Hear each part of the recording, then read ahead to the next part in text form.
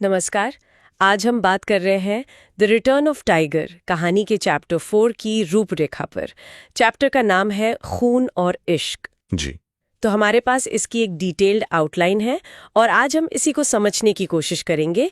देखेंगे कि कहानी कैसे आगे बढ़ती है, क्या मोड़ लेती है। बिल्कुल, ये आउटलाइन एक तरह से कहानी का एक्सरे है।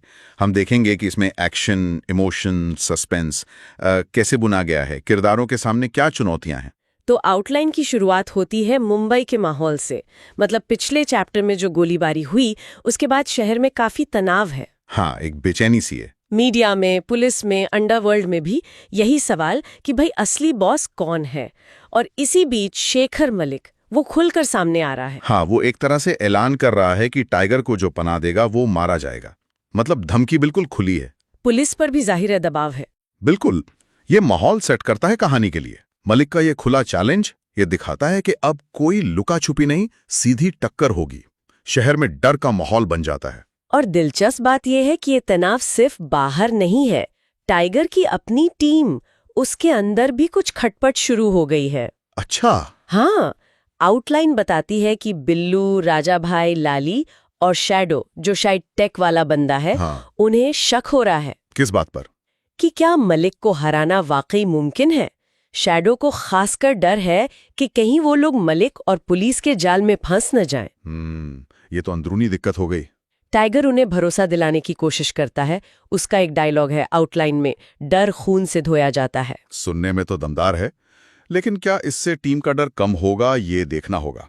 जब बाहर दुश्मन मजबूत हो तो अंदर की एकता बहुत जरूरी हो जाती है। यहां अगर दरार है तो ये टाइगर के लिए बड़ी कमजोरी बन सकती है। सही कहा। और इसी बीच कहानी का फोकस जाता है जोया पर। हाँ, जोया का क्या रोल है इस चैप्टर में? टाइगर रात में उससे मिलने जाता है। आउटलाइन के हिसाब से जोया कहती है कि उसने मलिक से जो भी समझौता किया है वो सिर्फ एनजीओ के बच्चों को बचाने के लिए किया। अच्छा, तो वो अपनी मजबूरी बता रहे हैं। हाँ, लेकिन जब टाइगर पूछता है कि क्या वो अब भी उसकी है, तो वो सीधा जवाब नहीं देती, टाल जाती है। और फिर वो एक बहुत बड़ी बात कहती है, टाइगर, तुझे अब खून और इश्क में से एक चुनना होगा। ओहो, ये तो सीधा धर्म संकट खड़ा कर दिया उसने। जोया का किरदार यहाँ बहुत रहस्यमयी लग रहा है। हाँ, बिल्कुल। उसका ये आधा सच और ये चेतावनी ये टाइगर को इमोशनली फंसा देती है। सवाल ये उठता है कि जोया आखिर किसके साथ है? क्या वो मजबूर है या ये कोई चाल है? यही तो सस्पेंस है।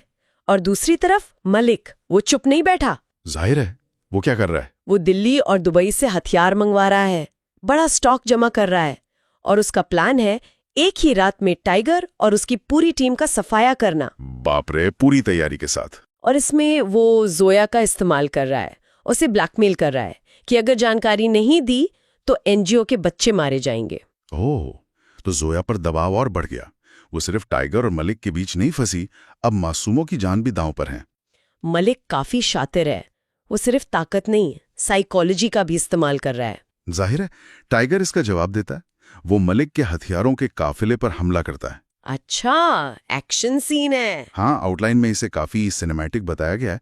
जलती गाड़ियां, गोलियों की आवाजें, धमाके, पूरा एक्शन पैकेज। और फिर टाइगर कैमरे पर एक संदेश देता है।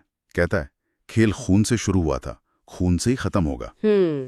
ये हमला बहुत जरूरी है। ये दिखाता है कि टाइगर अब डिफेंसिव नहीं, ऑफेंसिव हो गया है। सीधा पावर प्ले।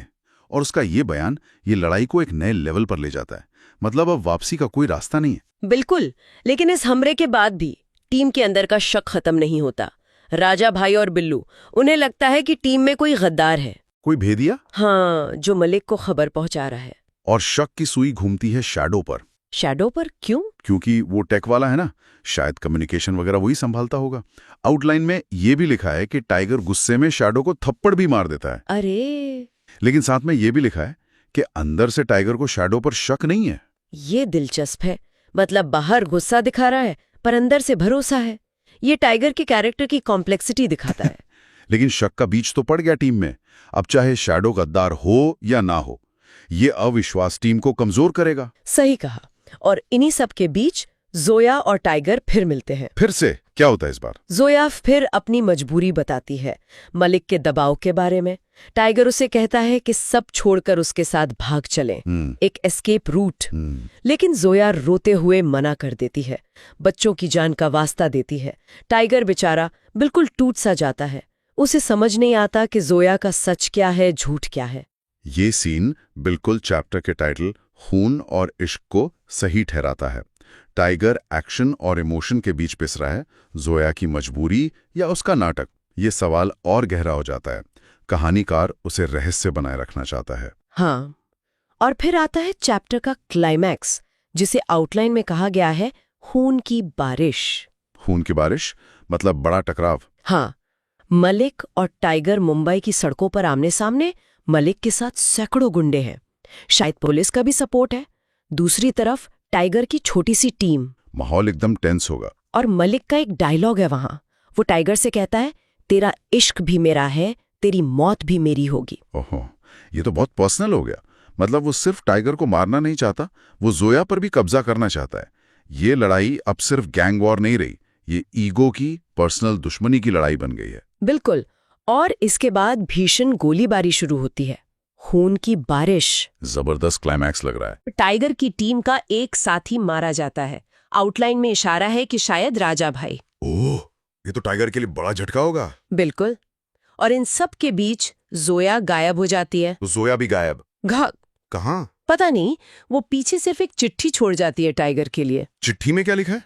उसमें लिखा है, टाइगर, सच तूफान से भी खतरनाक है, तैयार रहना। बाप रे, सच तूफान से भी खतरनाक है। ये तो बहुत बड़ा क्लिफहैंगर है। हाँ, मलिक का बचना, साथी की मौत, जोया का गायब होना और ये रहस्यमयी चिट्ठी, ये सब अगले चैप्टर के लिए जबरदस्त सस्पेंस बना देता है। ये सच क्या है? जोया का सच, मलिक का, या टीम के अंदर के गद्दार का? पता नहीं, लेकिन आउटलाइन में चैप्टर 5 की एक लाइन भी दी है। अच्छा, क्या है? लिखा है, अब लड़ाई सिर्फ गैंगस्टर और पुलिस की नहीं, बल्कि दिल और दिमाग की होगी, और जोया का सच इस शहर को आग में झोंक देगा।